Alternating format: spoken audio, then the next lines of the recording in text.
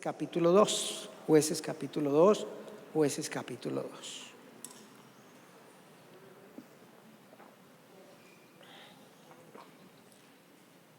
Téngalo ahí. Todos los papás responsables, digo los papás responsables, mamás y papás responsables, siempre pensamos qué darle y qué dejarle a nuestros hijos. ¿Sí o no, Mónica? Y uno, a veces cuando es pobre, que es casi toda la vida, uno dice, ¿y qué le dejo a estos muchachos? Sobre todo si los hijos van creciendo. Y entonces uno se da cuenta que ellos también quieren formar un hogar, una familia, y entonces se nos agrandan también las expectativas a nosotros. ¿Cómo le ayudo a mi hijo o a mi hija a que forme una qué? Una buena familia, un buen hogar. Y el colombiano promedio trabaja y lucha por obtener una casa. Yo no sé si en Venezuela es así, pero aquí la cultura colombiana es que el papá y la mamá trabajan duro para dejarle a sus hijos una casa. Que desafortunadamente, como el viejo y la vieja no se preocuparon por enseñarle a cómo administrar esos bienes o ese bien que dejó, casi siempre sucede que esa casa se convirtió ¿en qué? Sara, ¿usted ha visto dos casos? ¿En qué? En peleas, disputas, y los hermanitos que tanto se amaban ahora se ofrecen machete, cuchillo y pistola y agüita de batería. A diferencia de la cultura judía y cristiana, que le enseña a los hijos a administrar las herencias, nosotros no. Ahí les quedó. Y a veces yo he visto en esta iglesia que digo, mejor que la hermana, el hermano no le hubiera dejado nada, porque véalos ahora, ya no son hermanos. Y la preocupación suya y mía, cuando están pequeños, mire la mentalidad del colombiano, no sé si en Venezuela sea lo mismo, pero es, le voy a dar educación a mis hijos. Lo voy a llevar al jardín, al preescolar, al posjardín, a la primaria, al bachillerato, y ojalá en un colegio privado. Decimos porque es que eso es la universidad, el colegio San Simón, los profesores no dan sino descansar 3 días a la semana y solamente dan 2 clases a la semana, y los del Venadillo ni se digan. Entonces metámoslo a un privado, porque ahí no aprenden mañas, dicen algunos papás osadamente, dicen allá no aprenden las mismas mañas del INEM o del, donde usted estudió, ¿cómo se llama? El INEM, no, usted estudió en Romaña, ¿cómo es? Romaña, ¿no? Reyes Umaña, otro colegio famoso aquí en Ibagué. No, lo meto allá para que no aprendan las mañas. Y algunos papás los he visto aquí en la iglesia sufriendo con pensiones de 400, 500 y 700 mil pesos para un muchacho en un colegio privado. Mis hijos tuvieron el privilegio y la bendición de estudiar en el colegio Betel 1 año antes que el pastor lo vendiera. El pastor es un malo, vendió el colegio. Y yo me he preguntado, ahora que soy un hombre de la edad en la que ando, en la mejor edad de la vida, no de Yanira, porque ya no le debemos nada a nadie ni nos importan las cosas que le preocupan a los demás. ¿Qué le dejo a mis hijos? El tema de hoy para los que están tomando notas: el legado a nuestros hijos. Pastor, ¿qué es eso? No es un pescado, el pescado se llama lenguado. Le estoy hablando del legado, de la herencia, de lo que le vamos a transmitir a la próxima generación. Mire lo que dice la palabra del Señor en Jueces capítulo 2 sobre el tema. Escuche bien lo que dice el Señor. Versículo 8 del capítulo 2. Josué, hijo de Nun, siervo del Señor, murió a la edad de 110 años y lo sepultaron en Timnat-Heres, o la ciudad del sol, tierra de su heredad, en la región montañosa de Efraín, al norte del monte de Gaz. También murió toda aquella generación y surgió otra que no conocía al Señor ni sabía lo que Él había hecho por Israel. Esos israelitas hicieron lo que ofende al Señor y adoraron a los ídolos de Baal.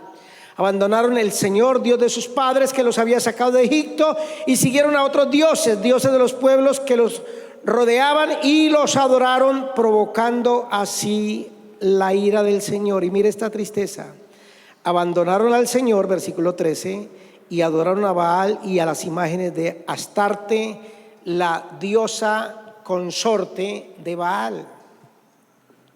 Eran hombre y mujer. De los pasajes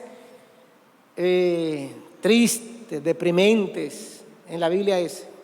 Y si usted es seguidor de la tribu Emo, tal vez sienta consuelo con eso de decir: sí, ¿ve? Nadie es capaz de servir a Dios ni de seguir a Dios. Por eso yo creo que me tapo un ojo para no ver toda la maldad que hay en este mundo, como dice el Emo. ¿Por qué triste?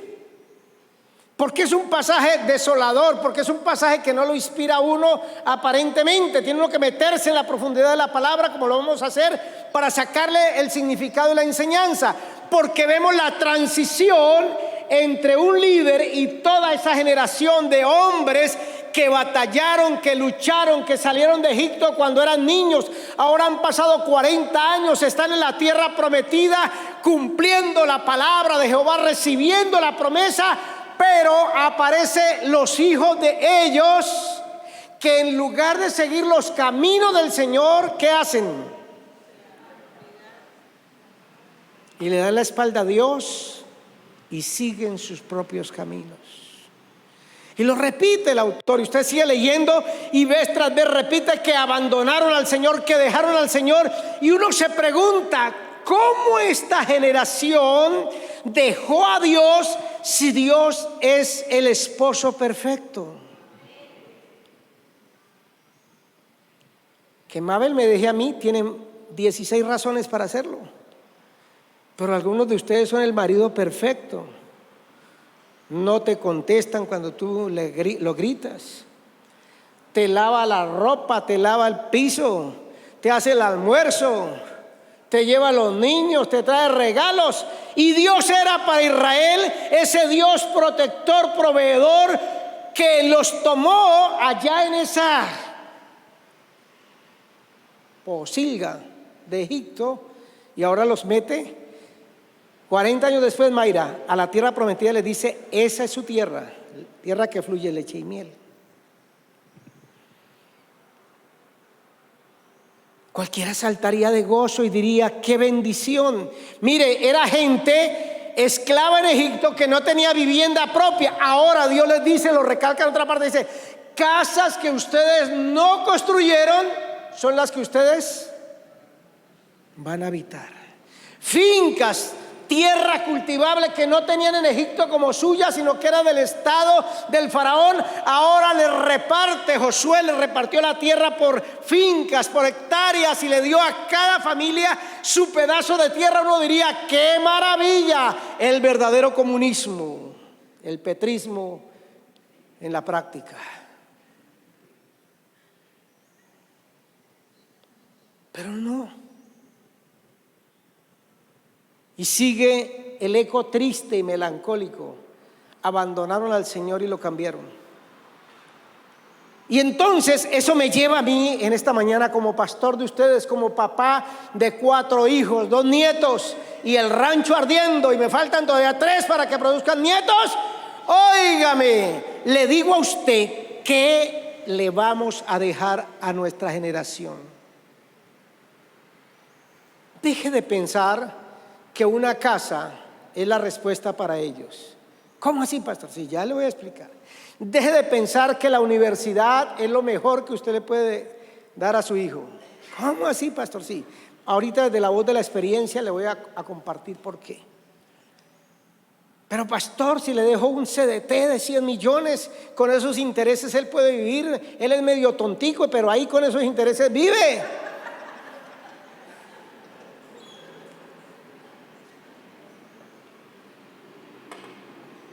Y usted se esfuerza y lucha y trabaja. Y yo veo a algunos de ustedes ya que yo me siento avergonzado. Mujeres y hombres de esta iglesia de 70 y más años partiéndose la espalda por darle de comer a los hijos.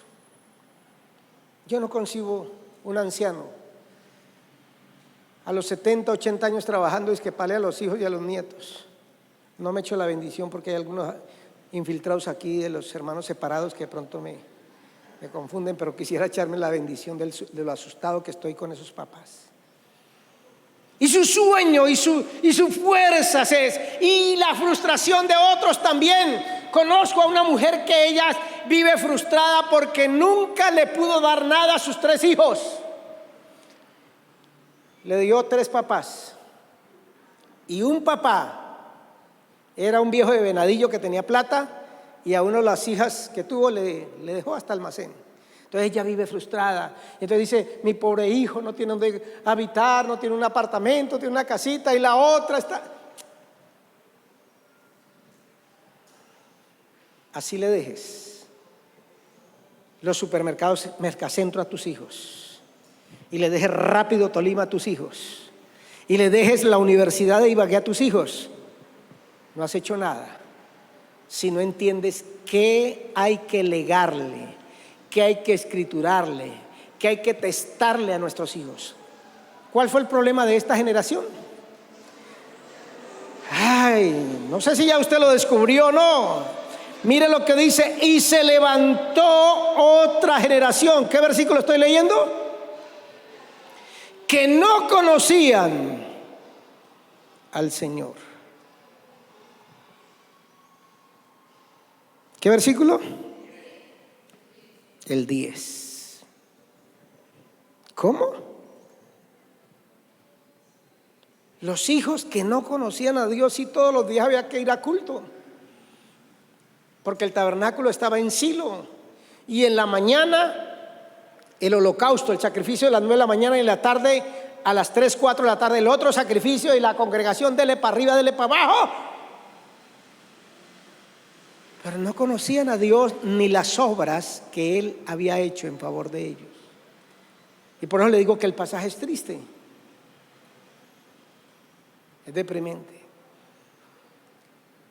Y sin sonar, hermano, a religioso, ni a pastor viejo, de tarro de galletas Noel, de que guardan todas las cosas y cuando uno abre huele a feo, yo le digo a usted, con toda certeza y toda seguridad, el mejor legado, la mejor herencia que usted le puede dejar a su generación, hijos, nietos, bisnietos, es que conozcan a Dios de manera personal. Se lo repito despacio, como buen profesor, que sus hijos conozcan a Dios de una manera personal. Ese es mi dilema aquí en esta iglesia. Cuando yo veo, porque yo llegué hace 28 años, voy a cumplir de estar con ustedes, y he visto generaciones creciendo en esta iglesia. Y ahora los veo, son generaciones que van conmigo en mi edad, alrededor de los 60 años, más de 50, 60 años. Cuando llegué eran jóvenes, y he visto a algunos de ustedes tener sus hogares, tener sus hijos, y esa nueva generación me preocupa a mí, porque se comportan nada más en un culto como si no conocieran a Dios. ¿Quién tiene un chicle que me regale? Así se ha usado. ¿Alguien tiene un chicle por ahí que me regale? No importa, yo lo acepto. Masticado, eso, bien usadito. Es el que usted le da a todos los amigos que llegan a la casa, ¿no? Y a mí me preocupa ver a nuestros hijos.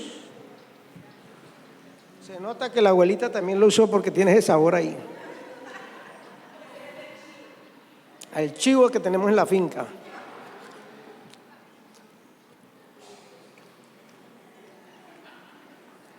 Y los pobres de la alabanza diciendo, hermano, cante, adore, bendiga al Señor, gócese. Y el chino,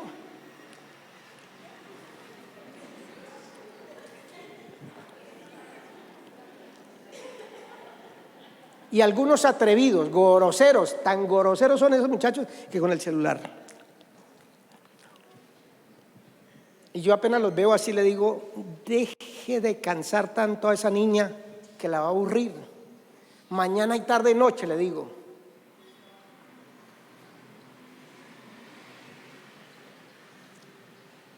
Me preocupa eso, porque es un síntoma. Porque quien conoce a Dios, adora a Dios, en espíritu y en verdad. Ahora, ¿cuáles son los factores para que una generación se pierda y no conozca a Dios de manera personal? Déjeme hablarle de 3. Número 1, mire lo que dice el capítulo 1 del libro de los Jueces. Dios le había dicho, cuando ustedes lleguen a la tierra prometida se van a encontrar con los amorreos, jerjeseos, fereceos, cananeos y todos los ¿qué? Todos los feos. Y hay que hacer 2 cosas con ellos, le dijo Dios. O los van a expulsar, o calaverus, pataletus, estiratus, lapatus. Había que hacer esas 2 cosas. Y es ahí donde alzan la voz los seguidores de Petro. Si se da cuenta, ese Dios de la Biblia es un Dios cruel que manda matar niños, jóvenes y viejos. ¿No le han dicho eso? ¿Quiere ver a un recalcitrante? Un petrista. Por eso es mejor ser del partido de la vida. ¿Sabe por qué Dios ordenó? Otro pasaje de la Biblia lo explica y dice, porque llenaron la taza de la maldad. Eran generaciones perdidas. Mire lo que le han preguntado, se han preguntado los colombianos y la respuesta que han recibido los sociólogos, de los historiadores. ¿Por qué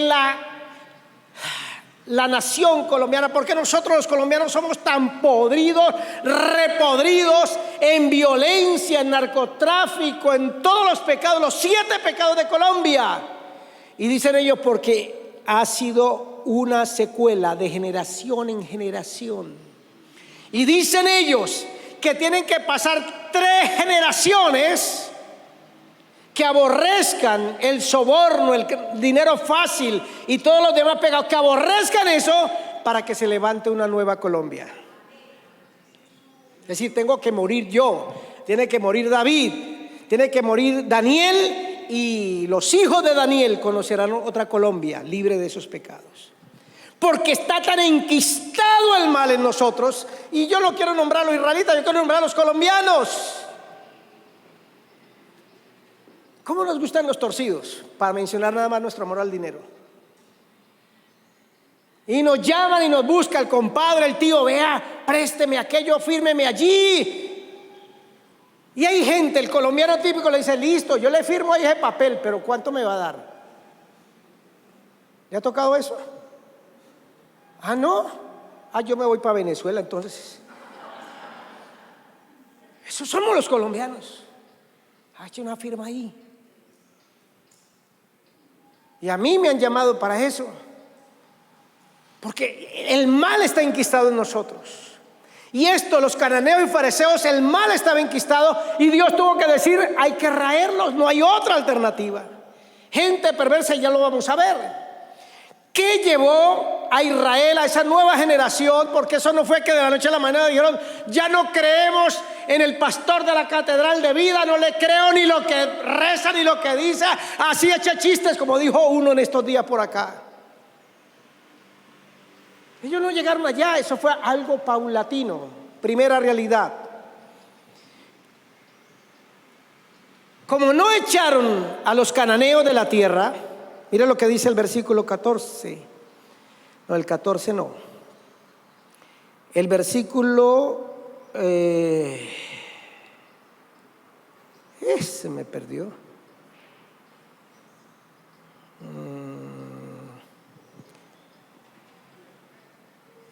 Donde dice que manejaban el hierro. A ver.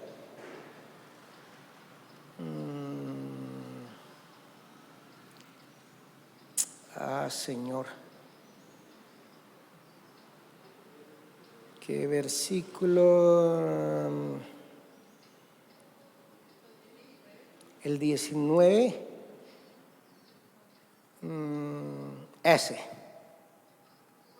el 19, 1:19, estaba viendo era el 14, 1:19.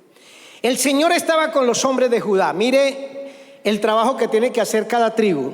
La tribu de Judá, estos tomaron posesión, estoy leyendo 1:19, posesión de la región montañosa, pero no pudieron expulsar a los que vivían en las llanuras, porque esa gente contaba con carros ¿de qué?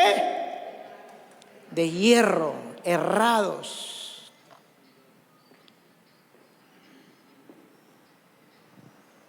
Si Dios dice que necesita erradicar a los feos de la tierra prometida, el pueblo no pudo hacerlo. Y no lo quiso hacer o no lo pudo hacer porque se encontró con que la gente de las llanuras, ¿qué tenía? Repítame lo que dice la Biblia como buen alumno del Colegio San Simón. ¿Tenía qué? Carros de hierro o carros herrados. Es decir, ellos poseían ¿la qué? La tecnología. Los israelitas, imagínense que el abuelo dice que oró apoyado en un bastón y se lo regaló tal vez al hijo que iba para la tierra prometida, y lo único que traían eran palos de escoba, palos de acacia en el desierto. Pero se encuentran con gente que está potencialmente y militarmente más fuerte que ellos porque poseen y espero que el Espíritu Santo te empiece a hablar en este momento como papá y mamá. Y se cree erróneamente que la tecnología es lo mejor y que eso ayuda, y le han vendido a la humanidad, estos señores de Microsoft y de todas estas, yo no estoy en contra de eso jamás, pero nos han vendido la idea que todos los problemas de la humanidad se resuelven con... ¿Me la permite? No, el Señor me cambió, no tenga angustia. Que esto nos va a hacer la vida, y hay que usted no posea José anda en la jugada, vea. Si no me funciona me funciona ese, pero alguno me funciona. Y ahorita que viene el chip, que no necesita ya estar a lo último de tecnología.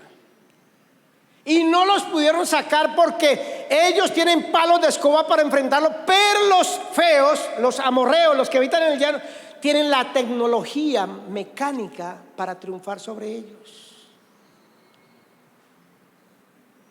Ayer estaba aquí en un taller de padres que me causó un dolor, que me tocó irme al cardiólogo porque me fui enfermo del corazón aquí, por 2 razones. Número 1, porque vinieron 5 papás de niños de 5 a 12 años. Y menos mal que tenía ya preparado el mensaje, porque no me hubiera descarriado y echándoles una vaciada sobre eso. Pero me dio dolor porque eso refleja el poco interés que tenemos por ayudar a nuestros hijos. ¿Y sabe qué le hablé ayer a los papás en la escuela de padres?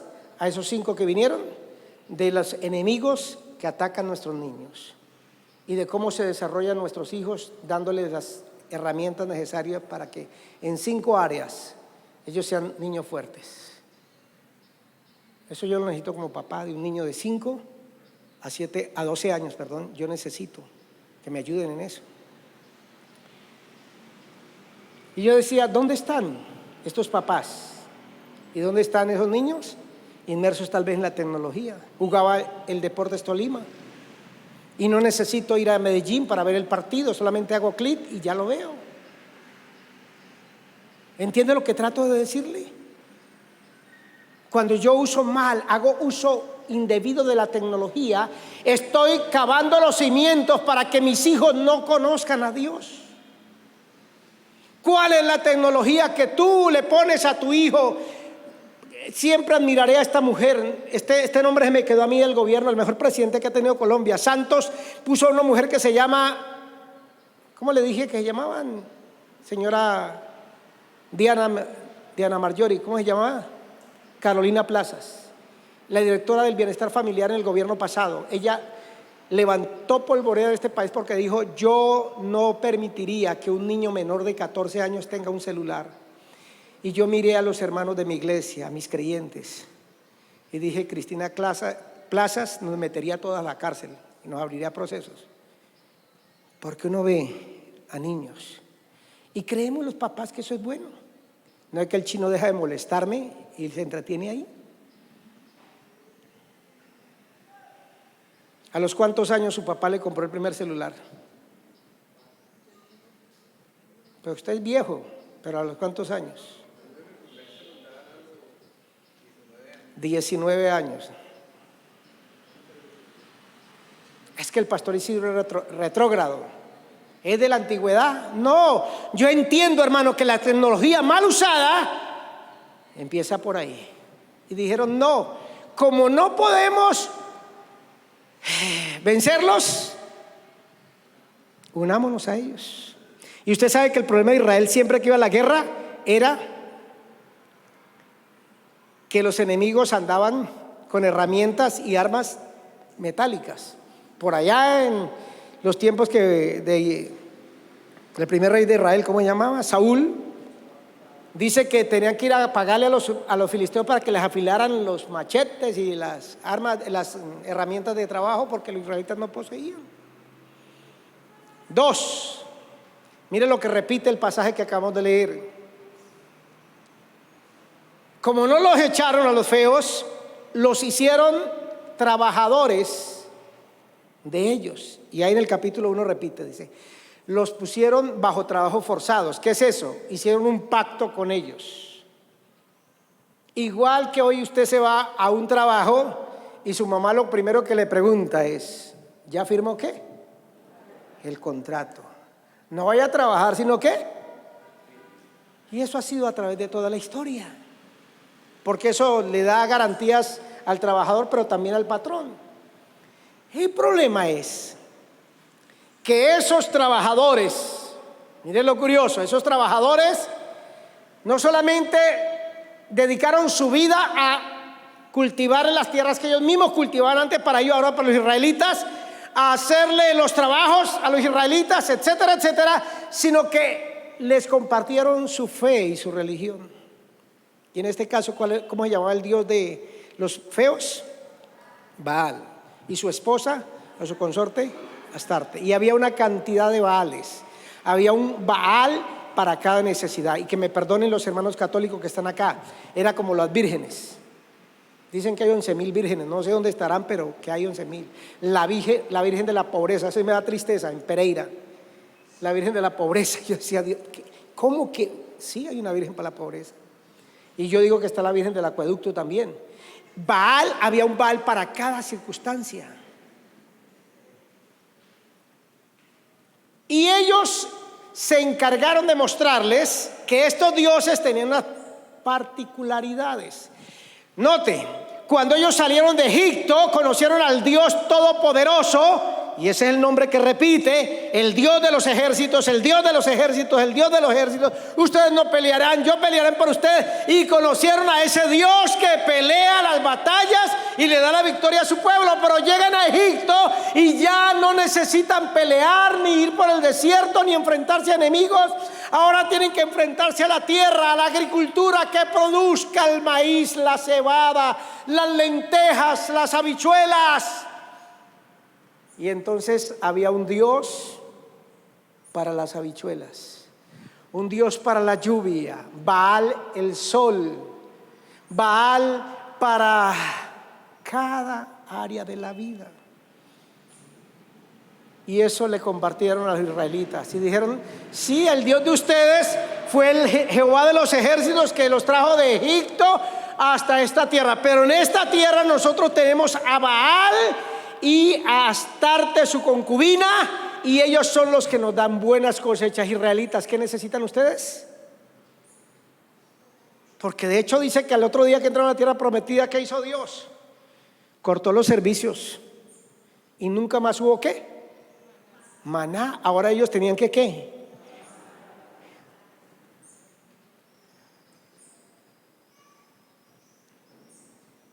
¿Y saben qué consistía el culto a Baal y a Astarte para que diera la lluvia a tiempo para las cosechas de cebada y de todo lo que se sembraba en esa buena tierra, porque esa tierra era como la finca suya que tiene ahí en Chapetón.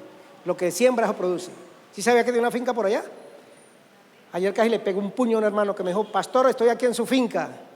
Y no le pegué porque mi esposa me dijo: acuerda que tiene un dedo dañado. ¿De quién es esa finca? Diga: María. No he ido, pero es mía, diga. Y esa tierra es bendita, hermano. La tierra de Palestina también. ¿Sabe qué consistía el culto? En que Baal tenía relaciones sexuales con Astarte y la fecundaba. Y cuando la fecundaba, las lluvias caían en el tiempo preciso. Y los que saben de tierrita saben que si no hay lluvia precisa en la siembra y en la cosecha, se perdió todo. Pero para que Baal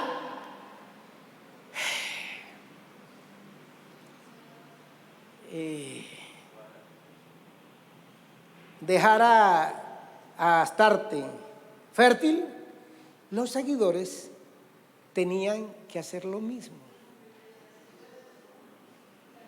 ¿Cómo así, pastor? Sí. El culto a Baal y Astarte consistía en el acto sexual en lugares altos, lugares visibles, en las cuevas. Ahí la Biblia menciona un montón de lugares. Imagínense a quién le han dicho: ¡sexo! Y Dios lo pide. Papá, ¿dónde? ¿Y a qué horas? Mire lo que yo tengo. Yo sí lo tengo. Y se dedicaron a eso. Y espero que el Espíritu Santo le esté hablando en este momento, en medio de la obra teatral del pastor. ¿Qué promueve nuestra generación? ¿Qué promueven los amigos de sus hijos? ¿Sabes lo que dicen los muchachos? Ya estás en la página de OnlyFans. ¿Qué es esa página, hermanos? Solo de mujeres, actrices de todo tipo, gente famosa que cuenta sus historias y muestra, a veces un poco más, un poco menos, pero todas muestran. Y le puedo mencionar las 7 artistas de Colombia que están en OnlyFans. Y los muchachos pagan por esa suscripción y quieren entrar ahí. ¿Por las historias de esas mujeres? No, por lo que muestran. Unos perniles y unas pechugas que, ¡ay, Dios mío! Y hombres solteros, casados ahí porque mi mujer no tiene nada, en cambio, esas sí tienen. ¿Sabe por qué el negocio más grande en este momento en el mundo no es la arma, sino la pornografía? Porque apela a nuestros instintos de sensualidad y sexualidad. Y espero que el Espíritu Santo le esté hablando por qué sus hijos no conocen a Dios. Si el culto es eso y nos da las cosechas y se van deslizando.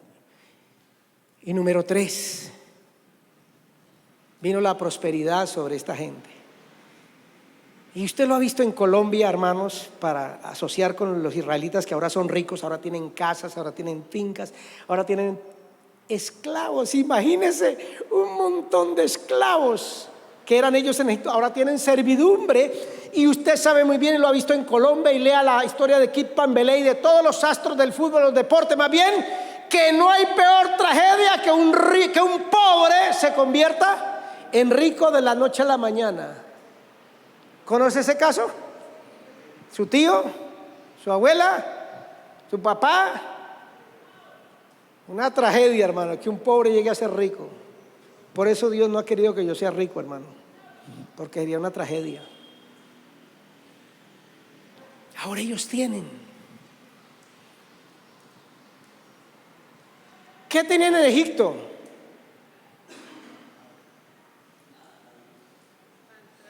Maltrato.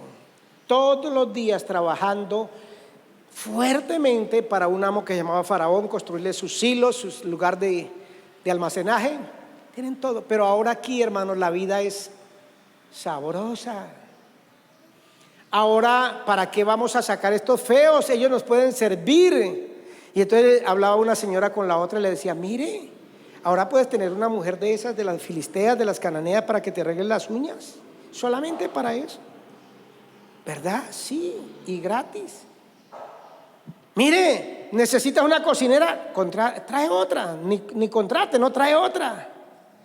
Pero traen, hermano, sus mañas y sus costumbres y esa prosperidad. Mire lo que dice. ¿Cuándo empezó la desgracia de esta nueva generación? Cuando los empezaron a asaltar. ¿A quiénes toman los asaltantes? ¿A un pobre como usted o como yo?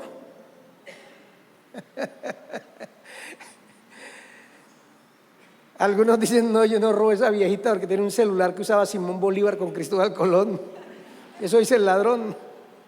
Ese celular no sirve para nada, es un engañe. Pero ahora dice ahí en el capítulo 1 que empezaron a asaltar. Las tribus de otros lugares venían a asaltar a los israelitas. ¿Por qué? Porque había prosperidad. Y se lo digo con todo amor, sin ánimo de ofender. Hace 27 años yo llegué aquí, 28 años voy, y éramos un montón de pobres. Lo digo con respeto. La mayoría no tenían viviendas propias, pagaban arriendo. Recuerdo un hermano que ahora Dios lo ha bendecido mucho, tiene sus negocios, pero él pagaba arriendo y había meses que me decía, pastor, ayúdame a orar, que no me salieron contratos en este mes y le debo el arriendo. Y eso me va a hacer un problema ya en esa casa. Hoy tiene 3 casas.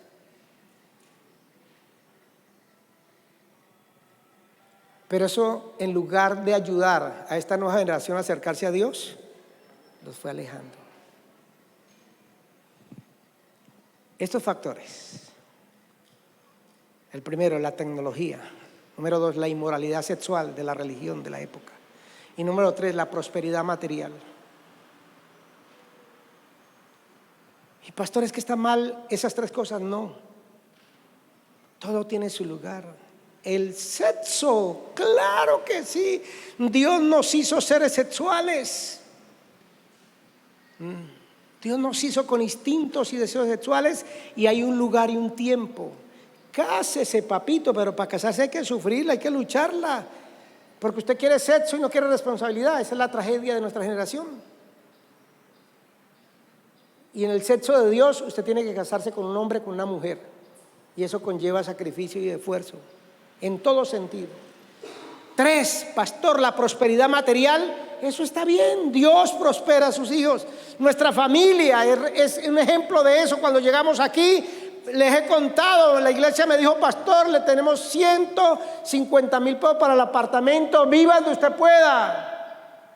Con 150,000 pesos en esa época, hace 27 años, serían por ahí en el doble, 300 o 400,000 pesos. ¿Dónde consigue usted una casa de 400,000 o 300,000 pesos aquí en Ibagué? Usted ya sabe dónde lo puedo conseguir. Y hoy, 27 años después, yo tengo una casa, gracias a Dios. Pero eso no debe llevarme como a esta generación a alejarme de Dios, sino a acercarme a Él. Entonces tenga presente esos 3 factores. Y lo último que le quiero decir en esta mañana.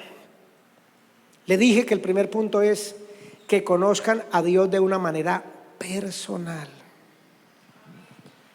Me llama la atención lo que dice el escritor, que dice que se levantó otra generación. ¿Dónde estoy? Aquí estoy.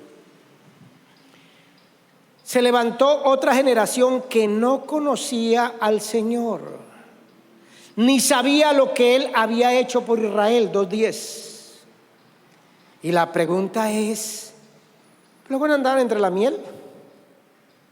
Porque el que anda entre la miel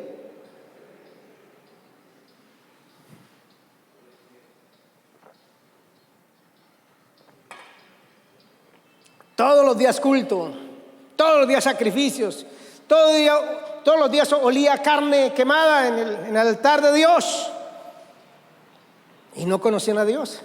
Y me llama la atención esa palabra, conocer a Dios. Es la misma palabra que utiliza el escritor de Génesis, perdón, cuando dice que Adán conoció a su mujer y la dejó embarazada y tuvo un hijo.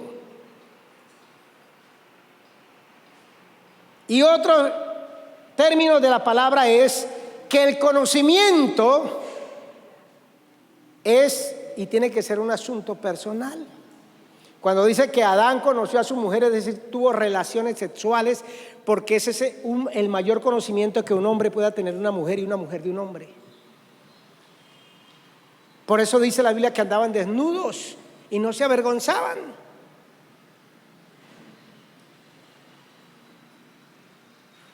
No me ponga colorada, hermana, tranquila. Yo soy pastor y seguiré siendo pastor. Pero lo que quiero decirle es, si no hay un conocimiento de intimidad, no puede conocerse a una persona. Yo puedo tener una prostituta que por 50,000, 200,000 o no sé cuánto cobra una prostituta, puedo tener sexo con ella, pero no la conozco. ¿Aló? Y viceversa, usted puede tener un hombre por 50,000, 100,000 o no sé qué, o por un almuerzo, qué sé yo, pero usted no lo conoce. Tuvo 5 minutos de placer momentáneos y se acabó. ¿Y a dónde voy con esto, hermanos? ¿Y por qué meto lo uno con lo otro? Porque solamente si sus hijos y mis hijos conocen a Dios de una manera personal, profunda, experiencial, de experiencia, tendremos la seguridad que le hemos legado lo más grande que un papá creyente le puede legar a la siguiente generación. Pastor, ¿me entiende ahora por qué le digo que no se preocupe por la casa, ni por los almacenes de Mercacentro que le va a dejar a sus hijos, ni por los carros, ni por las acciones, ni por el CDT? Porque eso no le va a servir a su hijo si primero no conoce al Dios personal, que tenga experiencia. Y le coloco una situación particular. De dos cosas usted tiene que estar preocupado por sus hijos, y hasta que no lleve sus hijos a esas dos experiencias, usted no tendrá paz, ni en esta vida ni en la otra. Número uno, que reciban conscientemente a Cristo como Señor y Salvador. A la edad de 3 años, 5 años, 12 años, 15 años, 18 años, pero que de una manera consciente, que su hijo, su bebé o su señorita o su jovencito sepa lo que está haciendo en el momento de aceptar a Cristo. Yo tenía 10 años, 9 años en el barrio La Estrada, en una iglesia de la Panamericana. Me arrodillé en las escaleras cuando era un niño y acepté a Cristo, y me acuerdo de eso. 2, como cristianos pentecostales, usted no puede descansar ni darle sosiego a su alma si su hijo no ha sido bautizado en el Espíritu Santo. Y mandaba a mis hijos a esos retiros, como el que vamos a tener ahorita en mitad de año con los adolescentes, o con todos los niños adolescentes. Y yo oraba y mi esposa oraba, y nos poníamos a orar: Señor, haga algo allá en ese campamento. Si no lo puedo hacer aquí en el culto, en el ayuno, que lo haga ya. Uno de ellos regresó un día a los 15 años diciéndome: papá, Dios me llamó al ministerio. Y yo lo miré como diciendo: no te lo creo. Y ese muchacho hasta el día de hoy lo recuerda. Yo iba por otro lado, él iba por el otro. Yo quería hacerle firme la decisión, le dije: listo, termine el bachillerato y se va para la universidad. Y él no esperaba esa respuesta mía, de un hombre que supuestamente es de Dios y es pastor, que le debe haberle dicho: renuncia al bachillerato. Estudió en el San Simón, creo que era, en el conservatorio. Renuncia y vaya a predicar. No, le dije: no, termine su bachillerato y vaya, haga una carrera en la universidad. Porque yo quería asegurarme que eso que Dios había hecho en su corazón, por dar un retiro, un campamento, no me acuerdo dónde, era seguro y confiable en su vida. Y sí que lo ha sido, porque han pasado los años y ahí permanece firme a ese llamado. Asegúrese que su hijo tenga experiencias, y una experiencia muy linda es el bautismo del Espíritu Santo. ¿Sabe que los niños son más fáciles de asimilar el bautismo del Espíritu Santo que nosotros los viejos? Que yo voy a hablar en lenguas, ¿qué es eso? En cambio el niño dice, ¡ay, estoy hablando en lenguas! Porque lo recibe con una facilidad extraordinaria. Mientras usted y yo razonamos, nos pasan aquí y hacemos así porque el pastor me va a tumbar. Yo no sé hablar sino nada más tolimense, eco, pertantico. Y ahora me dice que habla en lenguas. ¿Entiende lo que quiero decirle? Sus hijos son más susceptibles de tener experiencias con Dios que usted y yo, que ya somos viejos retrecheros y no las sabemos todavía. ¿Quién sabe? El pastor está orando, pero... En cambio los niños dicen, sí, yo quiero. Póngase de pie, por favor. Asegúrese. Termino con estas palabras de otro escritor de la Biblia. No le voy a decir la cita, solamente escuche la palabra de Jehová en esta mañana para su vida. Sierva de Dios, siervo de Dios, papá, mamá, escuche la palabra de Jehová para su vida en este mismo instante. Olvídese de todo lo demás, del celular, de la ofrenda, del almuerzo, y escuche lo que Dios dice. Escucha, pueblo mío, atiende mi enseñanza. Inclinen, presten oído a las palabras de mi boca.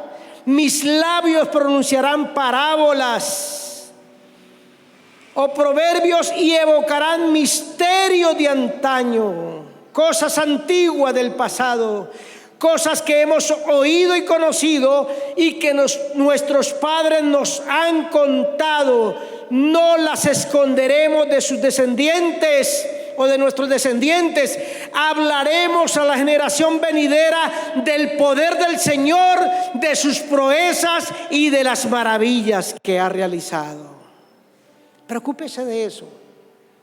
Pastor, ¿y la beca de la universidad? ¿Y el carro? Y le respondo como Jesús le diría: eso llegará por añadidura. Yo era un papá, juntamente con mi esposa, por supuesto, destinados a que nuestros hijos no fueran a la universidad, y mucho menos a universidades privadas.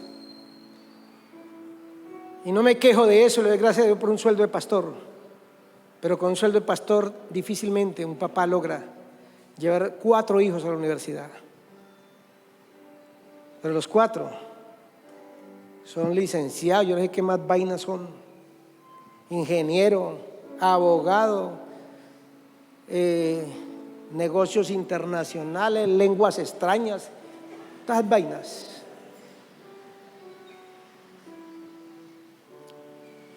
¿Sí ve lo que Dios hace?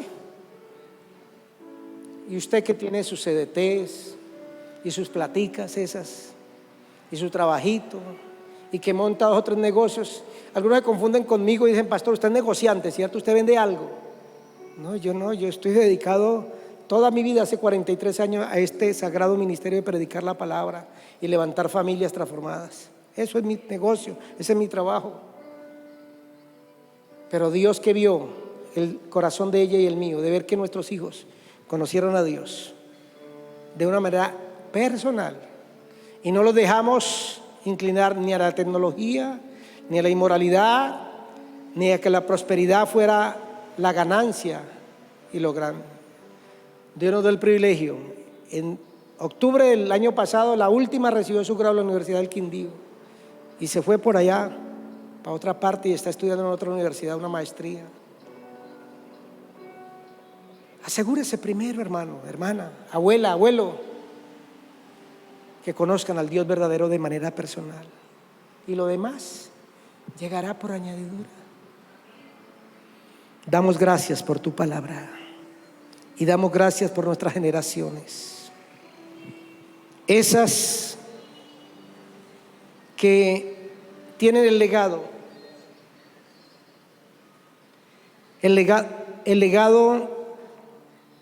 nuestro, la herencia nuestra, la transferencia de nuestra fe a esas generaciones de nietos, bisnietos, tataranietos, hijos. Ayúdanos a no cometer los mismos errores de Israel cuando llegaron a la tierra prometida, cuando ya están asentados y vieron cumplidas las palabras de Dios que les había dicho que les daría esa tierra.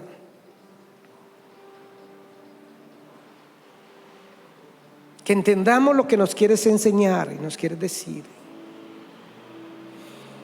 Guarda a nuestros hijos del abuso y del mal uso de la tecnología, de las inmoralidades sexuales que este mundo proclama, que con un condón o con una inyección o con un aborto se libra de inmoralidad y de problemas, o de que la meta en la vida es conseguir dinero y que el colombiano está hecho para ser rico y salir de pobre, no importa los medios que se tengan que usar.